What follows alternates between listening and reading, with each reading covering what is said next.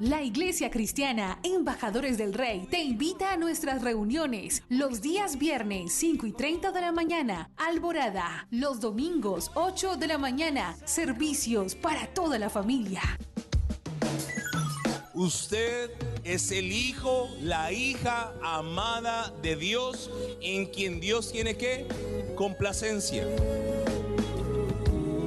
Ven con todos los tuyos. Carrera Tercera con calle 16, enseguida del Colegio Bautista, barrio San Nicolás. Porque todos los que son guiados por el Espíritu de Dios, los tales son hijos de Dios. Por tanto, somos embajadores de Cristo. Tú eres todo lo que soñé, yo te amo.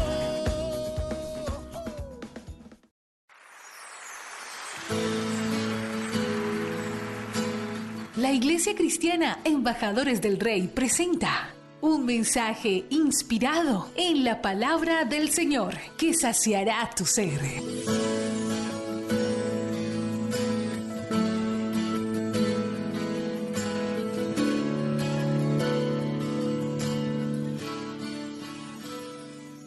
Sí, es una palabra que Dios me dio y por lo regular yo trato siempre de confrontar mi vida, ¿no? Y todos los días que me levanto, algo de lo que primero hago es ponerme frente al espejo, ¿no?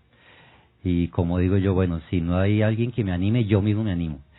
Y dentro de esas reflexiones hacía un balance porque yo veía, bueno, ya estamos en el mes de noviembre, es antepenúltimo mes para que se acabe ya este 2019, y empieza a llegarle a uno a su mente los balances durante todo el año, ¿no? Las metas, los propósitos, porque indudablemente todos cuando entramos o iniciamos un nuevo año, iniciamos con metas y proyectos. Y yo me preguntaba, bueno, ¿qué tanto se hizo? ¿Qué tanto logré? Y me confrontaba, ¿no? Metas cumplidas, metas no cumplidas, metas que se quedaron ahí en el stand-by. Y me llevaba a pensar en algo bien especial que sucedió en este año, que fue lo que para muchos colombianos nos dio una gran alegría y una satisfacción y un enorme gusto saber. Creo que los que les gusta mucho el ciclismo conocen y han oído de una carrera muy famosa, ¿no? La del Tour de France. Y durante muchos años esta carrera fue esquiva para los colombianos. Hace unos 2, 3 años veníamos con unos corredores que daban esa talla y creíamos que iban a ser los campeones de esta carrera, pero bueno, no se logró. Pero este año conquistamos una carrera que yo la analizaba y la veía, es una carrera la más difícil que hay en el mundo, por eso es la número 1, con recorridos tenaces, recorridos de alta montaña donde se cambia de clima, de calor a frío, y hay unos recorridos tremendos. Yo recuerdo unos recorridos que hacen en algunas etapas, creo que es en muy pocas, es el pavé. Es un pavimento, son adoquines donde los competidores tienen que exigirse al máximo y muchos de ellos se fracturan. Es más, las bicicletas para esa ocasión ellas cambian en cierta forma porque sus rines son mucho más fuertes, tienen que ir mucho más para que resistan los impactos. Y esta etapa no es de 2 o 3 cuadras de pavé, no, son varios kilómetros, donde los competidores llegan muy maltratados. Inclusive yo llegué a oír en alguna ocasión que a algunos de ellos se les abre las muñecas. Y estamos hablando de competidores de alta competencia y que no van a ir a 5 o 10 kilómetros por hora, no. Ellos van a más de 25 o 30 kilómetros, que es un ritmo para este tipo de pavimento, de trazado, muy alto. Entonces yo decía, es una carrera muy difícil, aparte por ser muy prestigiosa, y los que compiten allá, hay una peculiaridad. Todos saben que es la carrera más difícil y de más prestigio, pero todos, la mentalidad que tienen es poderla empezar y terminar. Unos ya irán por el podio, irán en conquista de alguna etapa, porque muchos dicen, bueno, voy a estar allá, voy a terminarla y voy a tirar a ganarme una etapa. Otros irán por camisetas, pero en sí, haciéndoles un resumen, es una carrera muy difícil, muy competitiva, y que solamente los que van allá, uno, están muy bien preparados y lo que buscan es terminar. Y yo asumía esto a la vida cotidiana de nosotros, ¿no? La carrera que nosotros tenemos. Indudablemente todos los seres humanos tenemos una carrera. Desde el momento en que entramos a este mundo, iniciamos la carrera, y es la carrera de la vida, con etapas. Yo le llamaría etapas, metas volantes, lo que hay en el tour, haciendo un símil. Y es muy bonito y yo hacía este símil y comparaba y decía, bueno, la vida es difícil y es una competencia donde van a haber momentos amargos, tristes, pero por encima de todo no es como uno empieza, ¿no?, sino cómo termina. Y yo lo llevaba a la luz bíblica, ¿no?, a lo que el Señor nos decía, y extrayendo un versículo de un pasaje muy hermoso donde nos habla el apóstol Pablo, y yo quiero que me acompañe ahí en su Biblia, a Hechos 20, donde Pablo estaba en una serie de visitas, había recorrido Macedonia y Grecia, y en cierto momento él hace una parada y llama a los ancianos y a otros más para hablar con ellos y compartir. Y de ese pasaje bíblico yo traje un versículo que para mí es vital y fundamental, donde ahí saco yo 4 ítems o 4 puntos que nos sirven mucho a nosotros para nuestra vida diaria, nuestra carrera. Javi, hablando de esto, antes de que leas el versículo, permíteme decir algo. Yo soy ignorante en el tema del Tour de Francia, pero uno ve, por ejemplo, que en el afán de algunos de ganar han sufrido accidentes muy graves por la velocidad. Es un deporte de alto riesgo, ¿no? Y estos hombres se tienen también que preparar muy bien porque tienen que ser muy livianos, muy atléticos. Es una carrera. ¿Cuántas horas puede durar, por ejemplo, un hombre en una bicicleta en una etapa? Bueno, hay etapas que llevan más de 4 horas. Uh-huh. Pero lo complicado es que es una prueba que son 21 etapas en 3 semanas, donde van a haber lapsos de descanso entre semana de un día. Y lo tenaz es que usted se monta en una bicicleta de 15, 20 minutos, da la vuelta a la manzana o a la ciclovía bien. Y al otro día no se puede levantar. Imagínate, ahora estas personas que demoran 3, 4 años y es a un ritmo muy tenaz, porque no es al ritmo que uno comúnmente va. En este año se alcanzó un ritmo más o menos de 60 kilómetros por hora, que es una gran velocidad. Claro. Aparte de eso, lo que usted dice, pastor, los riesgos. Una cosa es subiendo, pero otra cosa es bajando. Y muchos de ellos, conozco y por las historias que he leído del Tour, han perdido la vida porque se han ido en bajadas y se han salido de la carretera. Inclusive hay un caso de un ciclista que se cayó, muchos se han caído bajando, y en las competencias ciclísticas las caídas son tenaces, porque allí el impacto lo recibes tú. Entonces tienes que tener nervios de acero y ser una persona muy preparada. Aparte porque en este año decían los comentaristas que el Tour se puede ganar subiendo, pero también se puede perder bajando.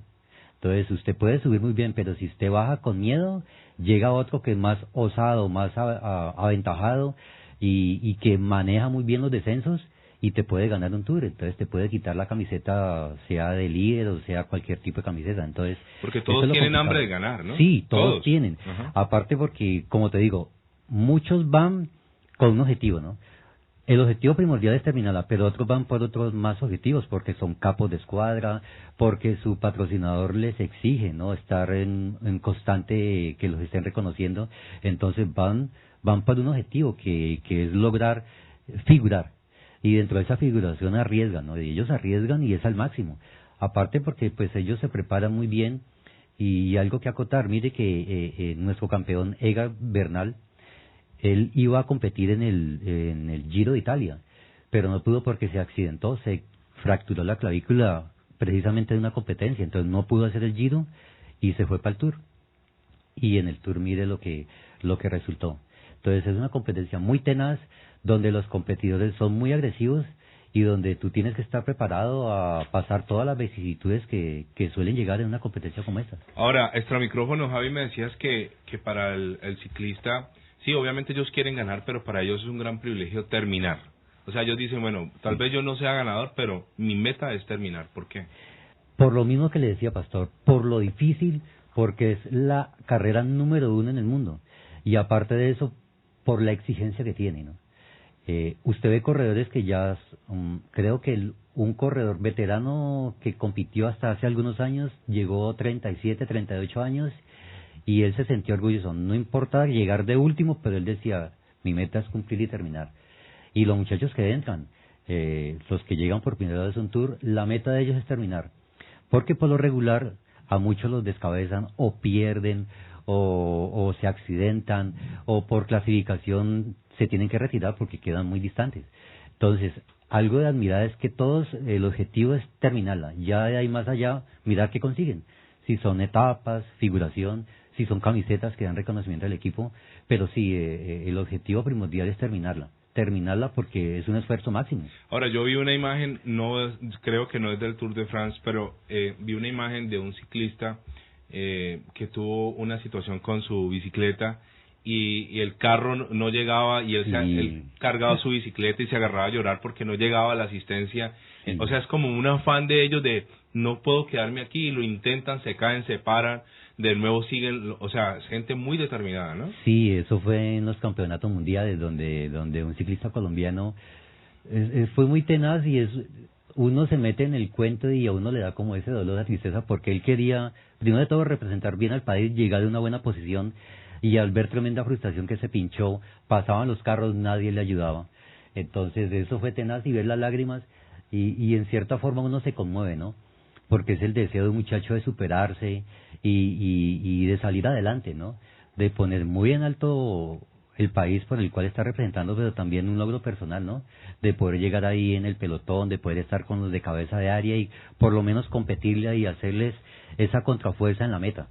Y fue muy tenaz y ver esa situación y para que ese deporte es bien, trae sus sinsabores, ¿no? Sus sinsabores le traen. Ahora sí, Javi, Hechos capítulo 20. Bien, Hechos 20 dice así: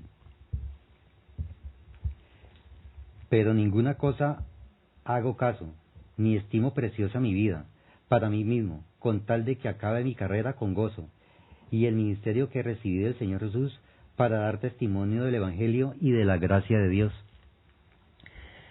Yo sacaba y extraía de allí cuatro puntos que son vitales para su carrera. Fíjese que el apóstol Pablo aquí habla de carrera, y el apóstol Pablo, un hombre entendido, un hombre sabiendo, criado, mejor dicho, en lo que eran las leyes, y metió aquí carrera, ¿no? Uh-huh. Y yo lo aplicaba a la vida diaria y cotidiana de nosotros, y dentro de esos 4 puntos yo quiero llamar la atención en el primero. Vamos al primer punto, que es distracciones. Ok, estamos leyendo Hechos 20:24. 20:24, la primera parte dice: pero de ninguna cosa hago caso. Distracciones. ¿Qué nos distrae a nosotros? Fíjese que las distracciones suelen ser fatales. Cuando alguien está manejando y se distrae, un peligro, se puede estrellar o puede generar un accidente tenaz. Y hoy en día es fácil de distraerse en la vida diaria, ¿no? No sé, tú, en este año, en las metas que te pusiste, en los proyectos, ¿qué te distrajo? ¿A qué le hiciste caso? Mire que el apóstol Pablo da una símil y dice: yo no hago caso. Y a veces esas distracciones nos quitan la visión y el objetivo por el cual nosotros estamos haciendo o queremos hacer o cumplir esa meta, ¿no? Las distracciones son fatales. Indudablemente esas distracciones suelen llegar en la vida de uno cuando no tiene algo muy en claro. Yo lo cuento por experiencia propia, ¿no? Cuando iniciamos este año me tracé una serie de metas, logros y objetivos, y llega en el momento que uno se distrae por X o Y motivo y se quedan estancados. No por Dios, sino por uno mismo. Porque esas distracciones hacen de que uno deje el objetivo, deje esa meta que tenía. Y yo llamo la atención en eso. Las distracciones son fatales para el creyente. O sea, volviendo al ejemplo del ciclista, si él Sí. va ahí, él no puede ir mirando montañas, No, ni mirando no árboles, puede, ni los sí. pájaros. Cuando está concentrado y Concentrado. cuando está ya para finalizar la meta tienes que a tope. Muchos de ellos creo y utilizan sus audífonos y ellos es a terminar, aparte porque va con un cansancio, un agotamiento que no deja divisar, no, y si te pones a divisar yo creo que te desenfocas. Entonces tienes que ir bien concentrado sin distraerte. Y en la vida nosotros tenemos que ir así. Cuando tenemos esas metas y esos logros, enfocarnos y no distraernos. Porque por lo regular cuando te distraes, pierdes tiempo, pierdes, no sé, fuerzas y se te retrasa todo. Lo que ya estaba para alcanzar. Es más, muchos ciclistas por distracciones se han salido de la carrera. En estos días veía de que iba alguien en plena competencia y por una distracción se desvió por un camino y le tocó devolverse, casi como media cuadra, porque no era por ahí. Entonces, una pequeña distracción puede hacer que pierdas la llegada a una meta y una figuración en la etapa. Entonces, suele suceder que nos distraemos en los objetivos que tengamos, bien sea familiares, bien sea a nivel laboral, bien sea a nivel intelectual, porque hay metas que en el caso de los jóvenes tienen su universidad, su preparatoria, y a veces por circunstancias adversas se distraen y como que los van posponiendo y cuando terminan se les termina el año y no se cumplió esa meta volante o esa etapa, y no terminaron y se quedó ahí estancada. Esa distracción hizo que perdieras tiempo y se retrasara algo que Dios tenía preparado para ti. Entonces, las distracciones, ojo con eso, ¿no? Cuidado con esas distracciones. Y suele llegar a nuestra vida distracciones tan sutiles. Hoy en día, y yo hago un ejemplo de los muchachos, los jóvenes, hoy que mantenemos distraídos en el celular, ¿no?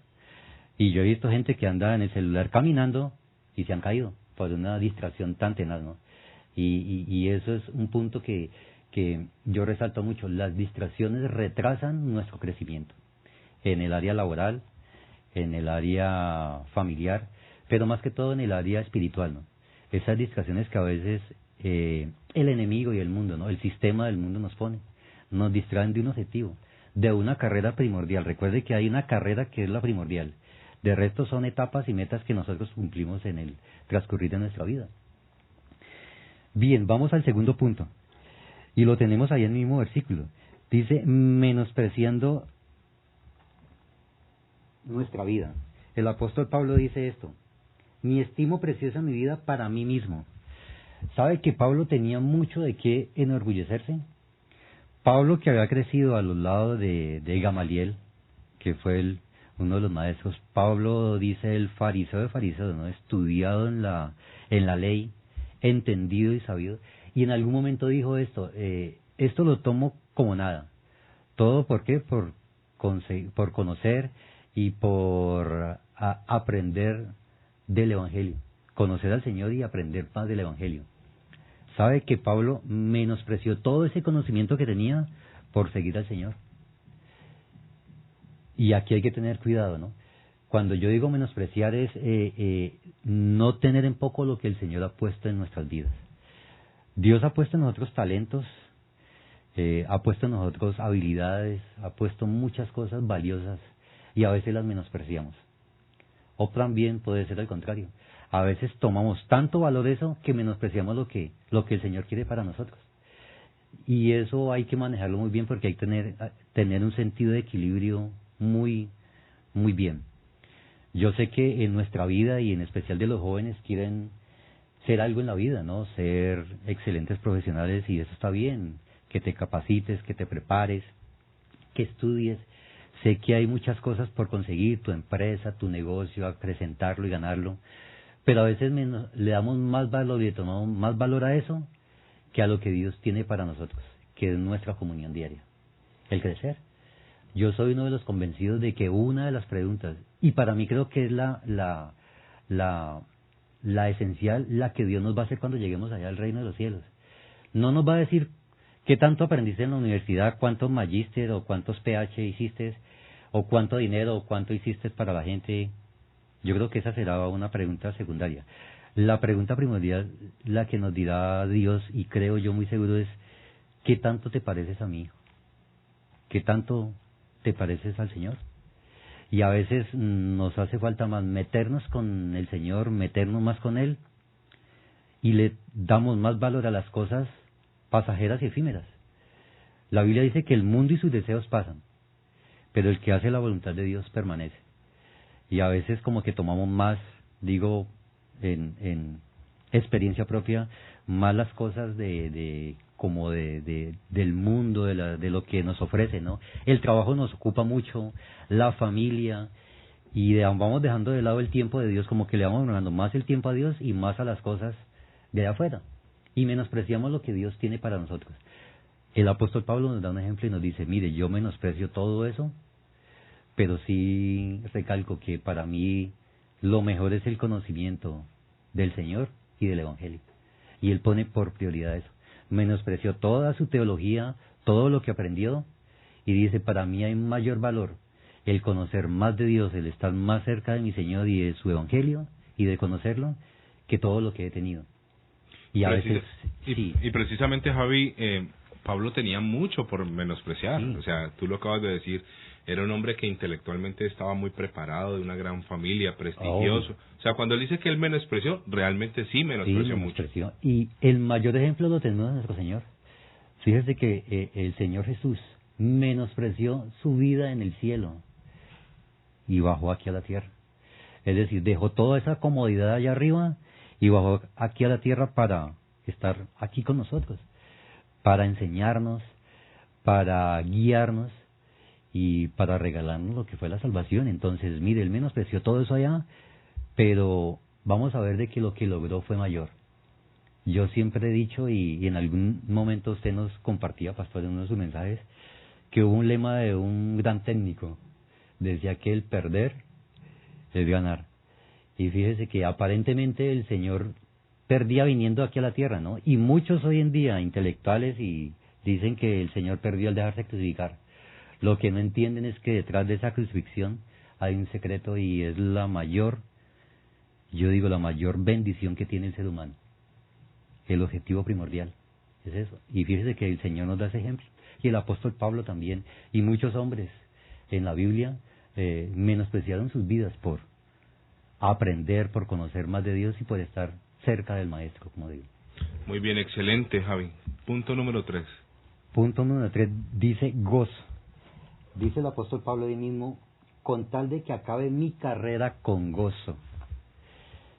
Yo reflexionaba sobre esto y decía, hombre, la Biblia nos enseña y la palabra nos dice que el gozo del Señor es mi fortaleza. Y voy a contarles algo de lo que sucedió en este año. Yo hace más o menos 7 meses, sí, abril, el 4 de abril exactamente, mi mamá partió con el Señor. Y para mí fue una tristeza, fue algo que impactó mi vida mucho, porque aunque bueno, nosotros entendemos lo que es la muerte y sabemos de que es un paso normal para todo ser humano, para uno ver partir a un ser querido que ha estado con uno toda su vida, porque yo siempre estuve con mi mamá a mi lado, siempre estuvo conmigo, ella era la que atendía la casa, nos ponía a marchar de todo, era la que arreglaba, organizaba, nos tenía todo al pelo, y de un momento a otro ver de que ya no va a estar. Para mí eso fue un choque y una tristeza, aunque muy en el fondo yo decía, bueno, Señor, lo que sucedió fue por tu voluntad. Y se cumplió una promesa que en mi corazón la entendí. Dice la Biblia que cree en el Señor Jesucristo, serás salvo tú y tu casa. Y yo pude ver que al final de los días, al terminar la carrera que mi mamá, Dios había puesto en su vida, fueron 82 años, terminó su carrera bien. Llegó a la meta, quizás no poniéndolo en el error ciclístico, con una camiseta en el podium, pero terminó la carrera difícil que es la vida. Y la terminó bien porque la terminó en manos de Dios. Y para mí esa fue una alegría, y yo me sorprendí porque en el momento en que fui a orar, cuando estuvimos todos en el sepelio y a la hora de que mi mamá fue cremada, yo hice una oración y sentía una tranquilidad, una paz.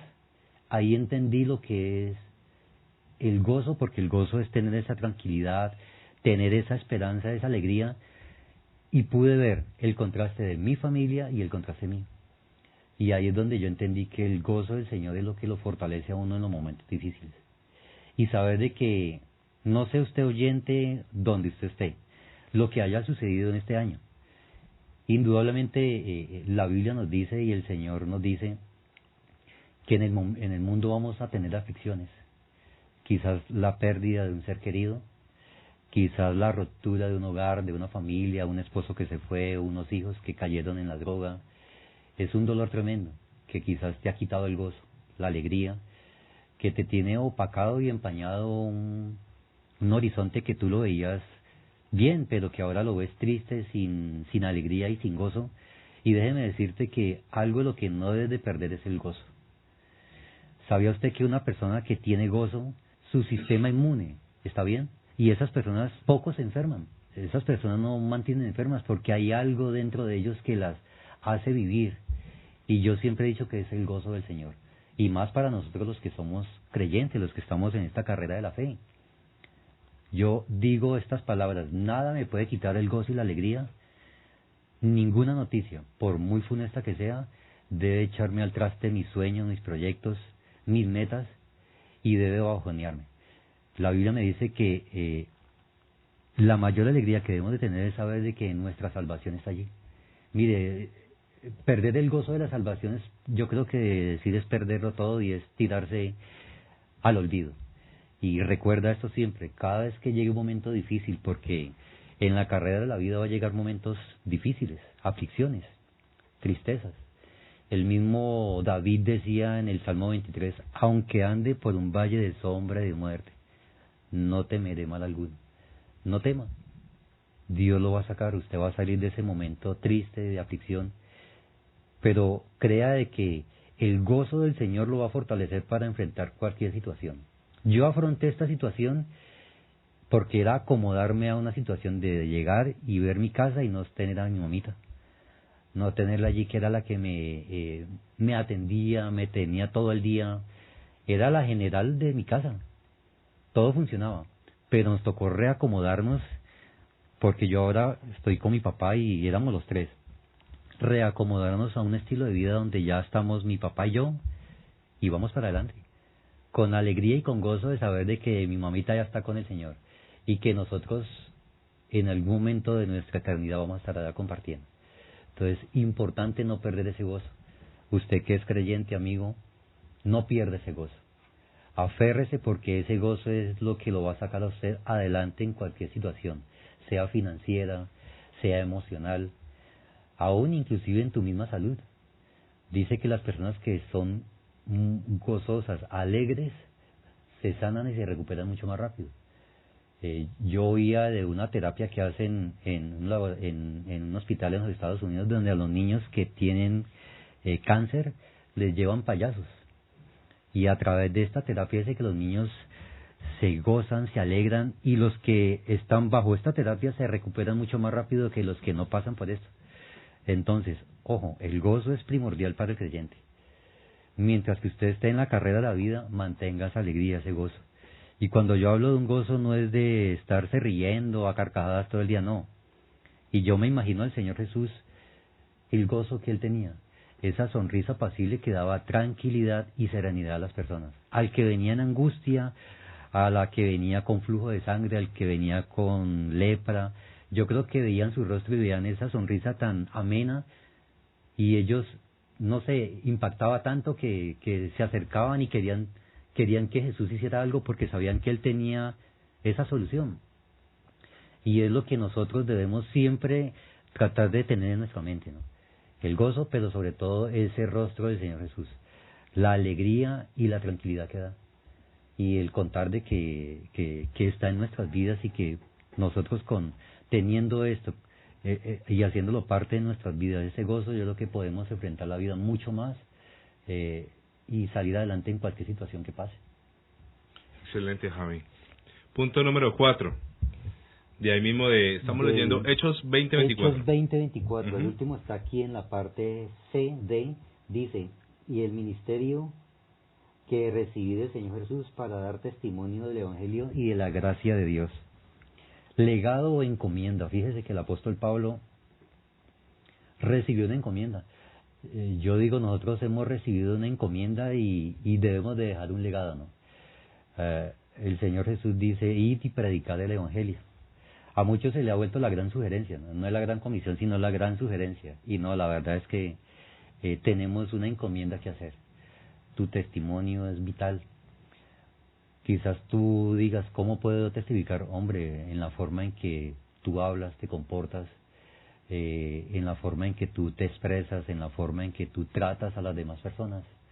Ese es un testimonio que impactará a mucha gente, porque la gente tiene que notar que en ti hay algo diferente. Y sobre todo, ¿qué legado estás dejando en tu familia, en tu casa, tus hijos, los que son padres? Pablo decía estas palabras, quiero que me imiten, así como yo soy imitador de Cristo. ¿Será que en el caso de los padres, los hijos podrán imitar a sus papás cuando ellos partan? ¿Qué podrán sacar de ellos cuando partan sus papás? ¿Qué podrán decir, mi papá, voy a imitarlo en esto? ¿Qué legado estás dejando? ¿Cómo quieres que te recuerden?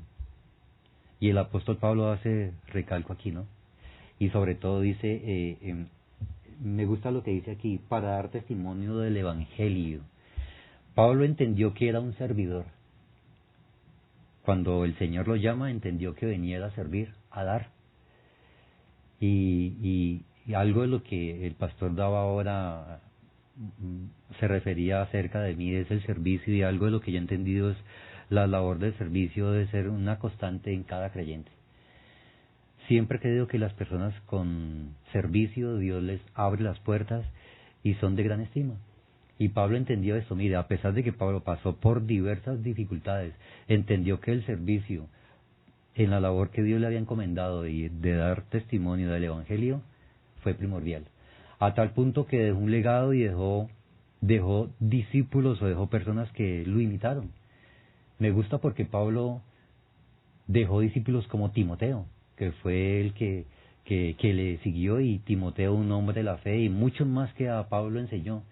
Entendió que el legado era importante, pero que también la encomienda que él dejaba en los que él seguía. ¿Qué le estoy dejando yo a mi familia? ¿Qué estoy dejando yo en ese lugar donde yo trabajo? Porque quizás este año estés trabajando allí y el otro año Dios te moverá en otro lugar. ¿Qué estás dejando allí, en el lugar donde Dios te puso hoy? Recuerde que estamos en etapas o cumplimos ciclos, donde hoy estás aquí, Dios te mueve a otro lado. Cuando Dios te mueva, ¿qué dejaste allá? ¿Qué legado dejaste? Te pueden recordar por ser una persona servicial, por ser una persona que atendía a la gente, que tenía una voz de aliento. Eras ejemplo en ese lugar donde hacía las cosas lo mejor posible, no para agradar al hombre, sino para agradar a Dios. Porque dice la Biblia que nosotros tenemos que primeramente hacer las cosas para Dios. Y si lo hacemos para Dios, indudablemente que nos van a ir bien. Aunque muchas veces las personas no lo reconozcan, pero a su debido tiempo recibiremos ese reconocimiento. Y no es porque nosotros lo merezcamos, sino porque Dios da ese favor y esa gracia ante los hombres, ¿no? Pues Pablo entendió esto, el legado que él dejaba y esa encomienda. ¿Cómo quieres ser recordado cuando tú cambies o te vayas de aquí a esta tierra? Creo que esa es una de las preguntas que cada uno, y quisiera que cada uno se hiciera, ¿no? ¿Cómo quieres ser recordado este año que pasa? Que ya lo vamos a terminar dentro de unos casi 50 días. ¿Cómo quieres que te recuerden dónde estuviste? Yo, haciendo un pequeño paréntesis aquí, yo estuve este año en Cartagena, estuve por labores de trabajo, y Dios me permitió a mí aprender muchísimo, porque en medio de donde yo estaba en mi trabajo, el Señor me permitió reflexionar en muchas cosas, ¿no?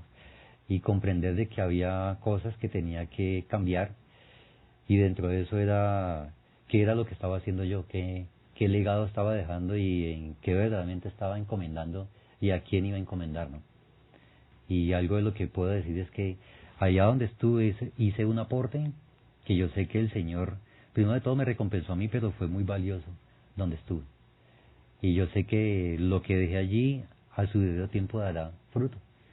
Y ese es un llamado que yo hago a cada persona, ¿no? ¿Qué legado y qué encomienda estás dejando? Pablo ya estaba en sus últimas, ¿no? Antes de ser ya martirizado y todo eso, pero Pablo entendió eso, ¿no? Que él debía dejar un legado y dejar una huella. El Señor dejó un legado y una huella que hasta hoy permanece.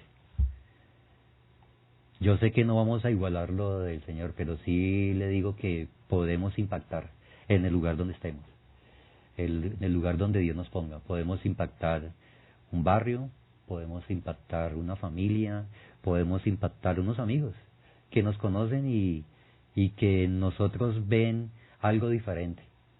Yo lo doy por experiencia propia, porque muchos de mis amigos que desde hace muchos años me comparten y hablan conmigo, de alguna otra forma, en cierta forma se acercan a mí y me piden un concepto, una opinión, y ahí estoy yo para servirles.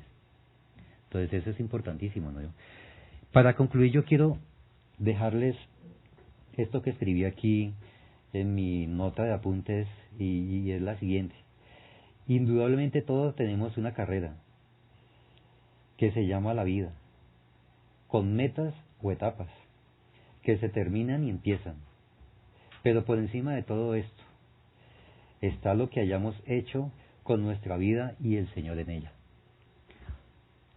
Todo eso se verá reflejado al final de nuestros días y en la eternidad, con lo que tanto Dios estuvo en nuestra vida. Si fue una carrera llena de éxito, lo veremos, ¿no? Lo veremos y seremos recompensados y Dios nos dará el galardón.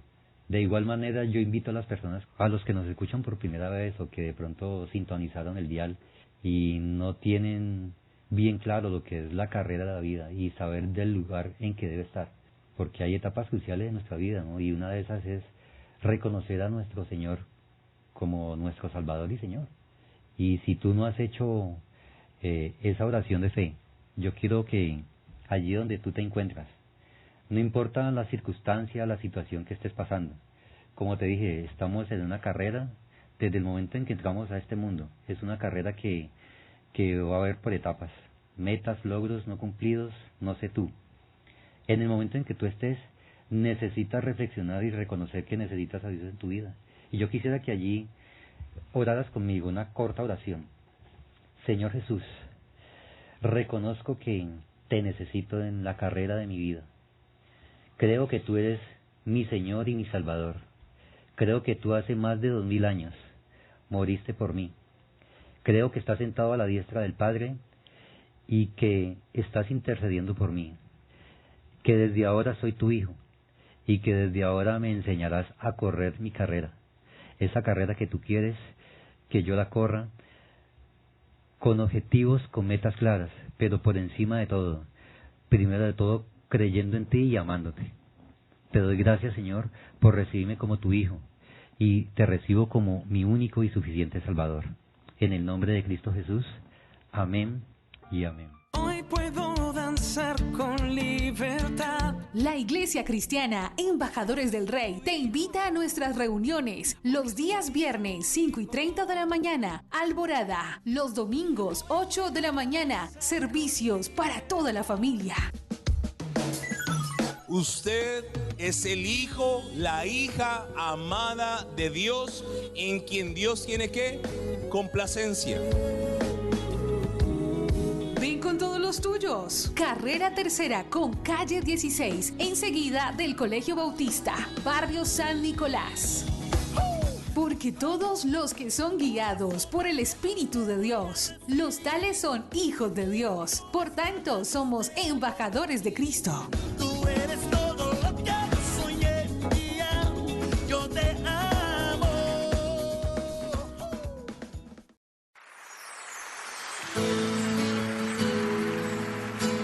La Iglesia Cristiana Embajadores del Rey presenta un mensaje inspirado en la palabra del Señor que saciará tu ser.